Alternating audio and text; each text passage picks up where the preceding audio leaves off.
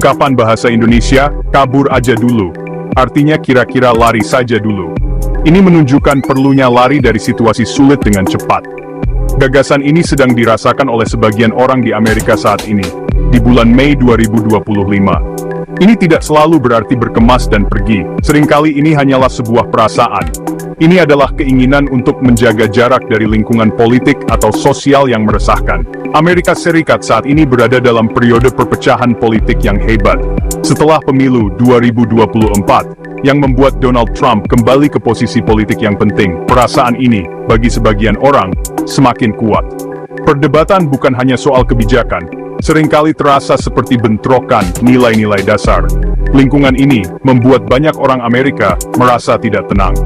Video ini akan membahas sentimen kabur aja dulu dalam konteks Amerika. Kita akan melihat mengapa sebagian warga merasa ingin kabur secara kiasan. Tujuannya adalah untuk memahami reaksi yang rumit ini terhadap masa yang sulit. Pengaruh Donald Trump dalam politik Amerika tidak bisa disangkal. Bahkan setelah kemenangannya di tahun 2024, kehadirannya terus membentuk percakapan nasional. Bagi sebagian masyarakat, kebijakan dan gaya komunikasinya menimbulkan rasa tidak nyaman yang kuat. Ketidaknyamanan ini adalah faktor utama dalam perasaan kabur aja dulu. Ini bukan hanya soal tidak setuju dengan seorang tokoh politik. Ini tentang kekhawatiran yang lebih dalam terhadap arah yang ia wakili.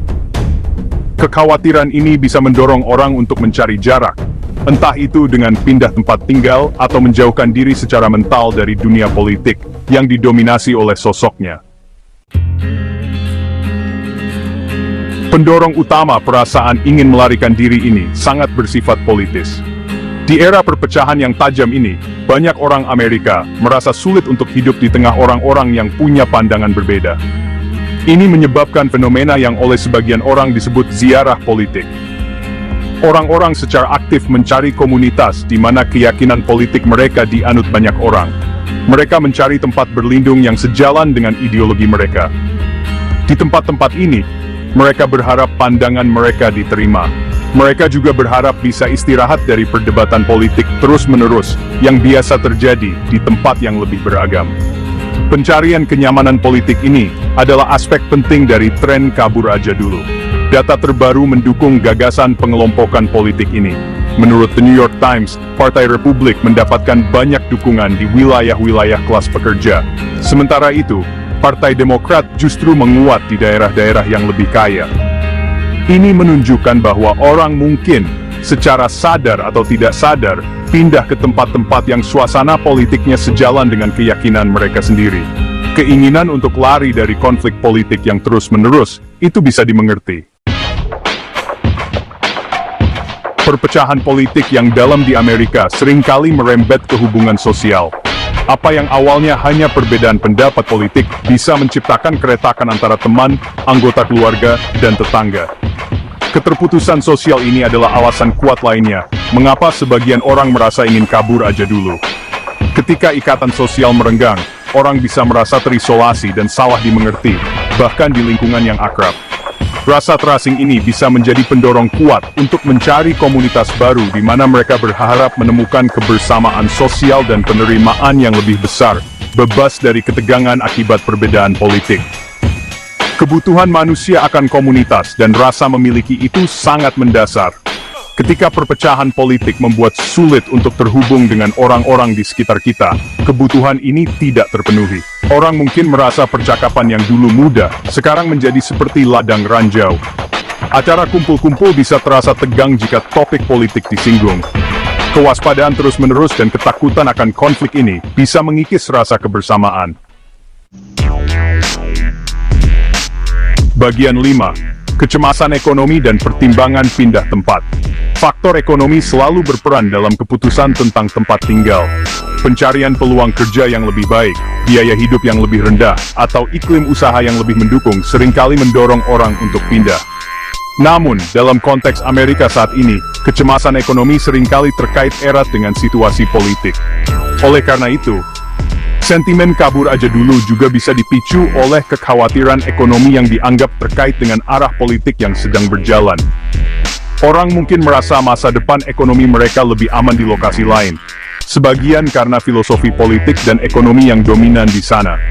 Pandangan terhadap kebijakan ekonomi di bawah pemimpin seperti Donald Trump dapat sangat memengaruhi keputusan ini. Misalnya, program seperti US Investment Accelerator yang dipimpin oleh Michael Grimes dan bertujuan menarik investasi asing besar, mungkin dilihat oleh sebagian orang sebagai tanda dinamisme ekonomi dan peluang. Sebaliknya, orang lain mungkin memandang kebijakan yang sama dengan skeptis.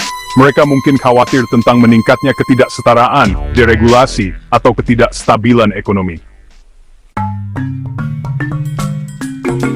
Bagian 6. Memetakan perpindahan, batas-batas baru di Amerika yang terpecah.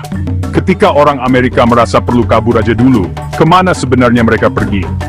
Pola pergerakan di Amerika Serikat menunjukkan gambaran yang rumit tentang motivasi dan tujuan. Ini bukan kasus sederhana di mana semua orang lari ke satu arah. Sebaliknya, kita melihat berbagai arus migrasi internal, seringkali membawa orang ke daerah di mana mereka mengharapkan kecocokan yang lebih baik, baik secara politik, sosial, maupun ekonomi. Memetakan perpindahan besar-besaran ini membantu kita memahami lanskap Amerika yang berubah dan batas-batas baru yang terbentuk oleh keputusan pribadi dalam skala besar ini. Skala perubahan ini sangat besar. Seperti dicatat oleh The New York Times, diperkirakan 42,7 juta orang Amerika tinggal di wilayah yang menunjukkan tren peningkatan dukungan terhadap Partai Republik selama kampanye kepresidenan Donald Trump. Sebaliknya, sekitar 8,1 juta orang Amerika tinggal di wilayah yang cenderung lebih demokrat. Angka-angka ini menyoroti bahwa populasi besar terlibat dalam penataan ulang geografis yang bertahap namun berdampak ini. Ini bukan fenomena pinggiran, tetapi tren sosial yang luas yang membentuk kembali komunitas di seluruh negeri, menciptakan area dengan kecenderungan politik yang terkonsentrasi. Jenis tempat tujuan orang pindah juga menceritakan sebuah kisah. Ada tren pergerakan yang dapat diamati antara daerah perkotaan, pinggiran kota, dan pedesaan. Bagian 6. Memetakan perpindahan, batas-batas baru di Amerika yang terpecah. Ketika orang Amerika merasa perlu kabur aja dulu, kemana sebenarnya mereka pergi? Pola pergerakan di Amerika Serikat menunjukkan gambaran yang rumit tentang motivasi dan tujuan. Ini bukan kasus sederhana di mana semua orang lari ke satu arah. Sebaliknya, kita melihat berbagai arus migrasi internal, seringkali membawa orang ke daerah di mana mereka mengharapkan kecocokan yang lebih baik, baik secara politik, sosial, maupun ekonomi. Memetakan perpindahan besar-besaran ini membantu kita memahami lanskap Amerika yang berubah dan batas-batas baru yang terbentuk oleh keputusan pribadi dalam skala besar ini. Skala perubahan ini sangat besar. Bagian 7. Mosaik yang bergeser, transformasi demografi dan maknanya. Pergerakan ini, didorong oleh campuran faktor politik, sosial, dan ekonomi yang rumit, pasti mengarah pada transformasi demografi yang signifikan di seluruh Amerika Serikat. Karakter komunitas lokal berubah. Profil usia, komposisi ras, tingkat pencapaian pendidikan, dan yang terpenting, kecenderungan politik di lingkungan dan seluruh wilayah sedang berubah. Memahami pergeseran dalam mosaik Amerika ini penting untuk menangkap makna jangka panjangnya bagi masa depan sosial dan politik negara tersebut. Ini lebih dari sekadar angka, ini tentang identitas Amerika yang berkembang di tingkat akar rumput. Salah satu aspek yang sangat menarik dari pergeseran demografi ini adalah kesetiaan politik yang berkembang di antara kelompok minoritas. Data dari The New York Times menunjukkan bahwa Donald Trump telah memperoleh dukungan di wilayah dengan populasi kulit hitam dan Hispanik yang cukup besar.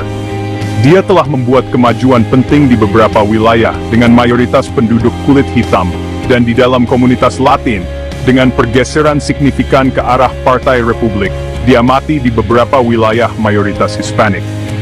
Ini mempersulit narasi sederhana yang menyatakan bahwa kaum minoritas secara seragam melarikan diri dari Trump, atau daerah yang condong ke Republik.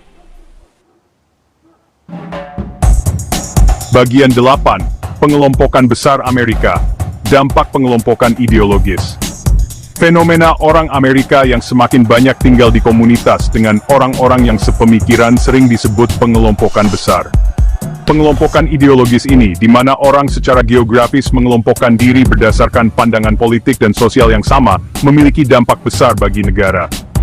Meskipun sentimen kabur aja dulu, mungkin membuat orang mencari kenyamanan pribadi di lingkungan yang seragam seperti itu.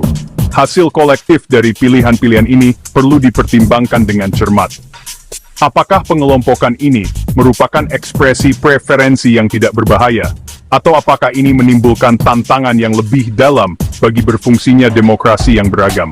Salah satu dampak paling signifikan dari pengelompokan ideologis adalah potensinya untuk memperburuk perpecahan politik.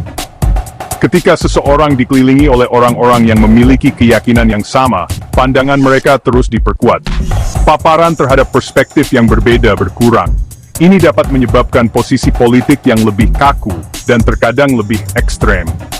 Kompromi, elemen penting dalam pemerintahan demokratis, menjadi lebih sulit dicapai ketika setiap pihak memandang pihak lain tidak hanya salah, tetapi tidak dapat dipahami atau bahkan jahat. Bagian 9. Persimpangan identitas. Membayangkan kembali persatuan di era perpecahan. Saat kita berada di bulan Mei 2025, sentimen kabur aja dulu mencerminkan sebuah bangsa yang berada di persimpangan jalan. Keinginan sebagian orang Amerika untuk lari, baik secara fisik maupun psikologis, dari aspek-aspek negara mereka sendiri menimbulkan pertanyaan mendasar tentang identitas nasional. Apa artinya menjadi orang Amerika ketika bangsa ini terasa begitu terpecah? Ketika perbedaan pendapat politik begitu dalam hingga memisahkan orang, bagaimana kita mendefinisikan ikatan bersama yang menyatukan masyarakat yang beragam? Ini bukan hanya krisis politik. Ini adalah krisis identitas dan rasa memiliki. Situasi saat ini memaksa kita untuk mengajukan pertanyaan reflektif yang sulit. Bisakah sebuah bangsa yang begitu terkelompok berdasarkan garis ideologis menemukan kembali landasan bersama? Seperti apa persatuan itu di negara di mana warganya secara aktif menciptakan jarak fisik dan mental dari mereka yang memiliki pandangan berbeda? Apakah cukup hidup berdampingan di wilayah terpisah? Atau apakah demokrasi yang berfungsi memerlukan interaksi dan pemahaman bersama yang lebih bermakna? Jawaban atas pertanyaan-pertanyaan ini akan membentuk arah masa depan Amerika Serikat dan kemampuannya untuk mengatasi tantangan bersama. Apakah fenomena pelarian dan pengelompokan ini merupakan fase sementara, reaksi terhadap periode yang sangat bergejolak dalam politik Amerika? Atau apakah ini menandakan perpecahan masyarakat yang lebih permanen? Hanya berharap untuk kembali ke masa lalu yang kurang terpecah, mungkin tidak realistis. Sebaliknya, ini mungkin memerlukan cara berpikir baru tentang kewarganegaraan, komunitas, dan persatuan nasional.